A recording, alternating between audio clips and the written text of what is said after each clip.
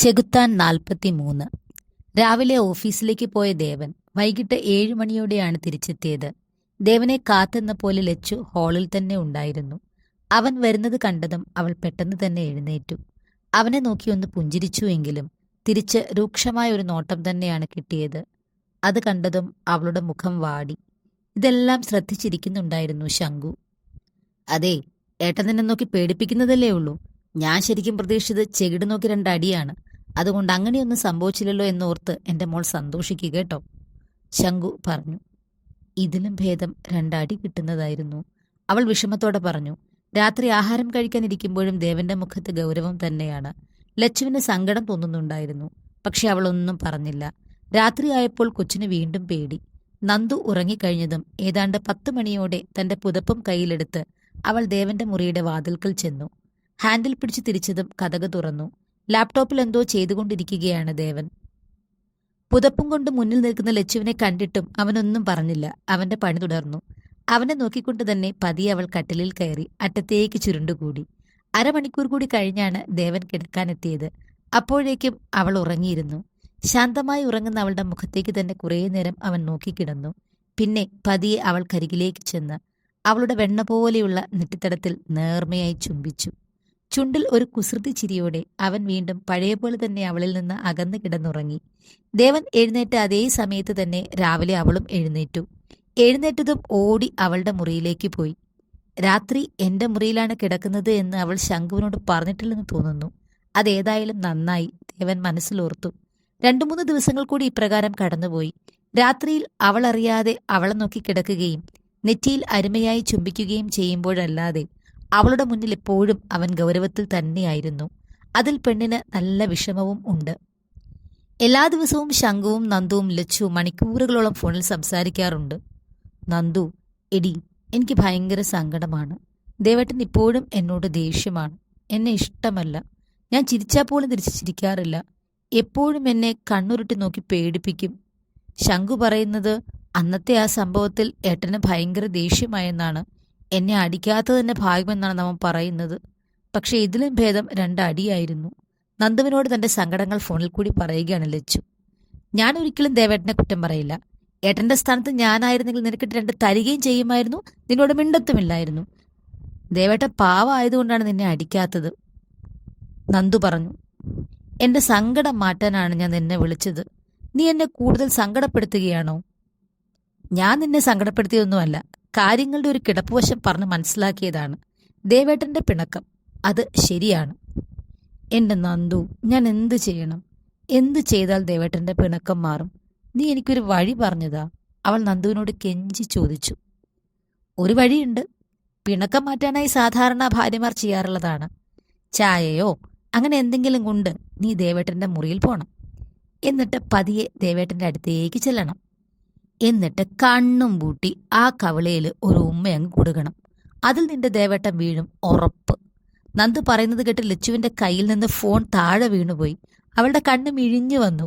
പെട്ടെന്ന് തന്നെ താഴെ വീണ ഫോൺ എടുത്ത് അവൾ ചെവിയോട് ചേർത്തു. എന്റെ നന്ദു, അതൊന്നും പറ്റില്ല, എനിക്ക് ഒരിക്കലും പറ്റില്ല. നീ വേറെന്തെങ്കിലും പറ.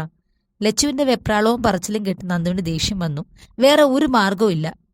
ഇനി നീ എന്തെങ്കിലും കണ്ടുപിടിച്ച് തന്നെത്താൻ ചെയ്യുന്നെങ്കിൽ അങ്ങ് ചെയ്തോ, നന്ദു കൈയൊഴിഞ്ഞു. ഇതല്ലാതെ വേറെ ഒരു വഴിയുമില്ലേ?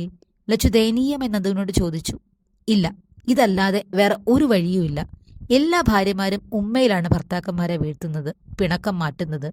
ആ ബാബുചേട്ടന്റെ ആട്ടിൻകുട്ടികളെ നീ മടിയിലെടുത്ത് വെച്ച് എന്തോരം ഉമ്മയാണ് കൊടുക്കുന്നത്, മുഖത്തും കണ്ണിലും ചുണ്ടിലും.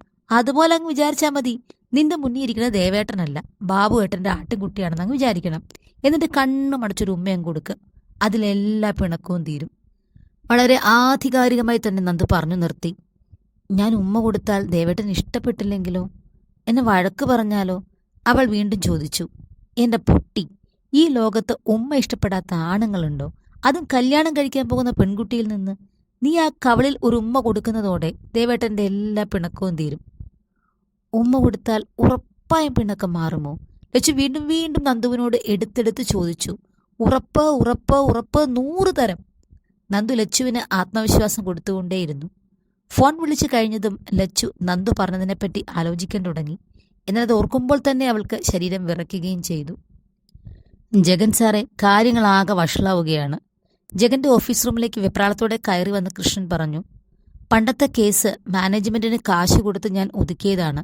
എന്നാൽ അതിനേക്കാൾ കാശ് കൊടുത്ത് ആരോ അത് കുത്തിപ്പൊക്കി. മിക്കവാറും എന്റെ ജോലി പോകും. വെപ്രാളത്തോടെ കൃഷ്ണൻ പറഞ്ഞു. അവൻ പറയുന്നതെല്ലാം കേട്ട് മിണ്ടാതിരിക്കുകയാണ് ജഗൻ. സാറേ, എന്തെങ്കിലും ഒന്ന് പറ, എന്നെ എങ്ങനെയെങ്കിലും ഒന്ന് രക്ഷിക്ക്. കൃഷ്ണൻ ദയനീയമായി ജഗനോട് അപേക്ഷിച്ചു. ഇറങ്ങിപ്പോടാ എന്റെ മുന്നീന്ന്. ദേഷ്യത്തോടെ ജഗൻ അയാളെ നോക്കി അലറി. ജഗന്റെ അങ്ങനത്തെ ഒരു ഭാവം കണ്ടതും കൃഷ്ണൻ പെട്ടെന്ന് തന്നെ സ്ഥലം കാലിയാക്കി. ദേവൻ കളി തുടങ്ങി. കരുത്തനാണ്, ബുദ്ധിരാക്ഷസനാണ്. പക്ഷെ ഒരു കാര്യത്തിൽ നീ എനിക്ക് പുറകിലാണ്. ലച്ചുവിനോടുള്ള ആഗ്രഹം അത് ഈ ലോകത്ത് എന്നെക്കാൾ മറ്റാർക്കുമില്ല. അതുകൊണ്ട് തന്നെ അവളെ ഞാൻ നേടിയിരിക്കും, അവൻ മനസ്സിലോർത്തു. പക്ഷെ അവൻ അറിഞ്ഞിരുന്നില്ല, ഇന്ന് ഈ ലോകത്ത് ദേവനോളം ലച്ചുവിനെ സ്നേഹിക്കുകയും ആഗ്രഹിക്കുകയും ചെയ്യുന്ന മറ്റാരും തന്നെ ഇല്ല എന്ന്. വെള്ളിയാഴ്ച വൈകിട്ടോടെ ഹരിയും ഫ്ളാറ്റിലെത്തി. ശനിയാഴ്ച ഉച്ചയോടെ എല്ലാവരും അവിടെ നിന്ന് തിരിക്കും. തറവാട്ടിലേക്ക് പോകുന്നതിനിടയിൽ തന്നെ നന്ദുവിനെയും കൂട്ടും. അങ്ങനെയാണ് തീരുമാനിച്ചിരിക്കുന്നത്. എന്റെ ലച്ചുകുട്ടി, നീ ഞങ്ങളെ ഒരുപാട് പേടിപ്പിച്ചു കേട്ടോ. എന്തായാലും ഞങ്ങൾ ക്ഷമിച്ചിരിക്കുന്നു. അന്നത്തെ ആ സംഭവത്തിൻ്റെതാണോ മുഖത്ത് ഇപ്പോഴും ഒരു സങ്കടവും ക്ഷീണവുമൊക്കെ? ഹരി ലച്ചുവിനോട് ചോദിച്ചു. എന്നാൽ മറുപടി പറഞ്ഞത് ശങ്കുവാണ്. അതൊന്നുമല്ല, അന്നത്തെ ആ സംഭവത്തിന് ശേഷം ദേവേട്ടൻ കലിപ്പിലാണ്. കൊച്ചിനെ മൈൻഡേ ചെയ്യുന്നില്ല. ഭയങ്കര ഗൗരവമാണ്.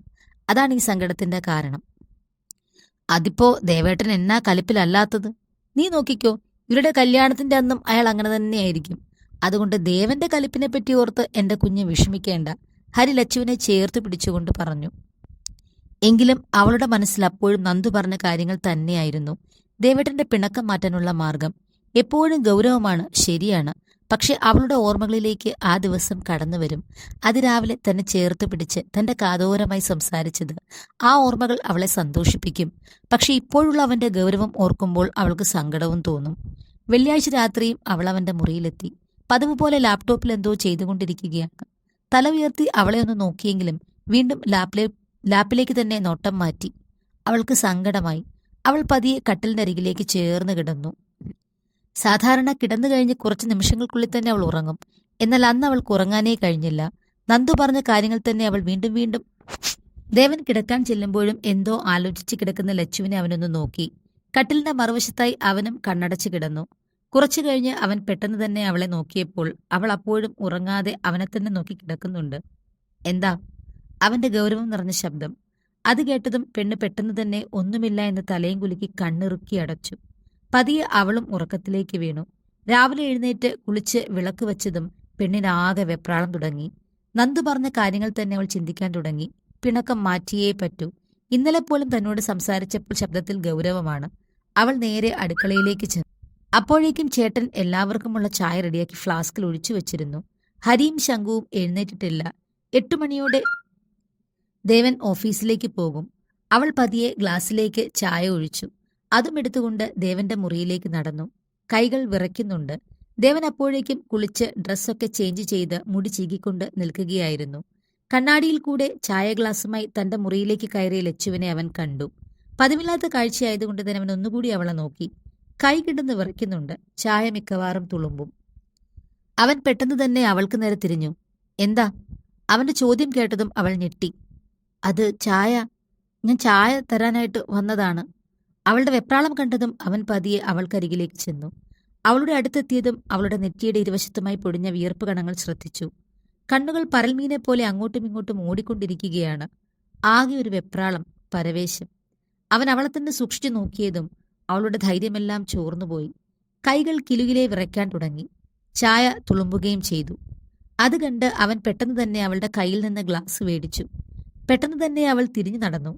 വാതിൽക്കലെത്തിയതും അവിടെ ഒന്ന് നിന്നു. തിരിഞ്ഞു നോക്കിയപ്പോൾ കണ്ടു അവളെ തന്നെ നോക്കി നിൽക്കുന്ന ദേവനെ. എന്താ? നിനക്ക് എന്തെങ്കിലും പറയാനുണ്ടോ? ദേവന്റെ ഗൗരവം നിറഞ്ഞ ശബ്ദം. അത് കേട്ടതും അവൾ ആദ്യം ഇല്ല എന്ന അർത്ഥത്തിൽ തലകുലുക്കി, പിന്നെ ഉണ്ട് എന്ന അർത്ഥത്തിലും. അത് കണ്ടതും അവൻ ചായ ഗ്ലാസ് മേശപ്പുറത്തേക്ക് വെച്ച് അവളുടെ അരികിലെത്തി. എന്താ പറയാനുള്ളത്? അവൻ വീണ്ടും ചോദിച്ചു. പെട്ടെന്ന് തന്നെ പെണ്ണ് കണ്ണുകൾ ഇറുക്കിയടച്ചു. നന്ദു പറഞ്ഞതുപോലെ തന്റെ കിങ്ങിണി ആട്ടിൻകുട്ടിയെ മനസ്സിലോർത്തു. പതിയെ കണ്ണു തുറന്ന് തന്റെ മുന്നിലായി കൈകെട്ടി നിന്നുകൊണ്ട് തന്നെ നോക്കുന്ന ദേവനെ അവളും നോക്കി. പെരുവിരൽ നിലത്തൂന്നി ഒന്ന് പൊങ്ങി. അവന്റെ കവിളിൽ തൂവൽ സ്പർശം, ഒരു നറുചുംബനം. അതിനുശേഷം കാറ്റുപോലെ പെണ്ണ് മുറിയിൽ നിന്നിറങ്ങി ഓടി. ഓടി തന്റെ മുറിയിൽ കയറിയിട്ടും അവളുടെ ശരീരത്തിന്റെ വിറയൽ മാറിയിരുന്നില്ല. തനിക്ക് എങ്ങനെ ധൈര്യം കിട്ടിയെന്നോ താൻ എങ്ങനെ അത് ചെയ്തുവെന്നോ ഒന്നും അവൾക്കറിയില്ല. വിറച്ചുകൊണ്ടിരുന്നു പെണ്ണ്. ദേവനും ഞെട്ടി. പതിയെ കൈകളാൽ കവിളിൽ ഒന്ന് തലോടി. ഒപ്പം അവന്റെ ചുടിയിൽ മനോഹരമായ പുഞ്ചിരി വിരിഞ്ഞു. അപൂർവമായി മാത്രം സംഭവിക്കുന്നത്. ഉറക്കപ്പായിൽ നിന്ന് എഴുന്നേറ്റ് ഹാളിലേക്ക് വന്ന ഹരി മിന്നായം പോലെ ലച്ചു ദേവന്റെ മുറിയിൽ നിന്ന് ഇറങ്ങി ഓടുന്നത് കണ്ടിരുന്നു. അത് കണ്ടുകൊണ്ടാണ് അവൻ ദേവന്റെ മുറിയിലേക്ക് നോക്കിയത്. പുഞ്ചിരിയോടെ എന്തോ ഓർത്തു നിൽക്കുന്ന ദേവനെ കണ്ടതും ഹരി ഞെട്ടി. ദേവന്റെ മുഖത്തെ ഭാവം, കണ്ണിലെ സന്തോഷം, ചുടിയിലെ പുഞ്ചിരി, അതെല്ലാം തന്നെ ഇന്നുവരെ ആരും കാണാത്തതാണ്. അതുകൊണ്ട് തന്നെ കണ്ണെടുക്കാതെ ഹരി ദേവനെ തന്നെ നോക്കി നിന്നു. അവർക്കിടയിൽ എന്തോ ചിലത് നടക്കുന്നുണ്ടെന്ന് അവന് മനസ്സിലായി. അവൻ പെട്ടെന്ന് തന്നെ ശംഖുവിനെ കുത്തിപ്പൊക്കി. രണ്ടുപേരും ഫ്രഷായി തീന്മേശയ്ക്ക് അരികിലെത്തി. ബ്രേക്ക്ഫാസ്റ്റ് കഴിക്കാനായി ലച്ചു വന്നില്ലായിരുന്നു. ഹരി നിർബന്ധിച്ചാണ് അവളെ അങ്ങോട്ട് കൂട്ടിയത്. അവൻ അവളെ നേരെ ദേവന്റെ അരികിലായി തന്നെ കൊണ്ടിരുത്തി. പെണ്ണിന്റെ മുഖത്താകെ വെപ്രാളമാണ്, ദേവന്റെ മുഖത്ത് കുസൃതിയും. ലച്ചു ആരെയും നോക്കാതെ വേഗത്തിൽ കഴിക്കുകയാണ്. അവൾക്ക് എത്രയും പെട്ടെന്ന് അവിടെ നിന്ന് എഴുന്നേറ്റ് പോയാൽ മതി. ദേവന്റെ മുഖത്തേക്കൊന്ന് നോക്കാനുള്ള ധൈര്യം പെണ്ണിനില്ല. എന്നാൽ ദേവന്റെ കണ്ണുകൾ പല പ്രാവശ്യം ലച്ചുവിലേക്ക് വീണു. തുടരും.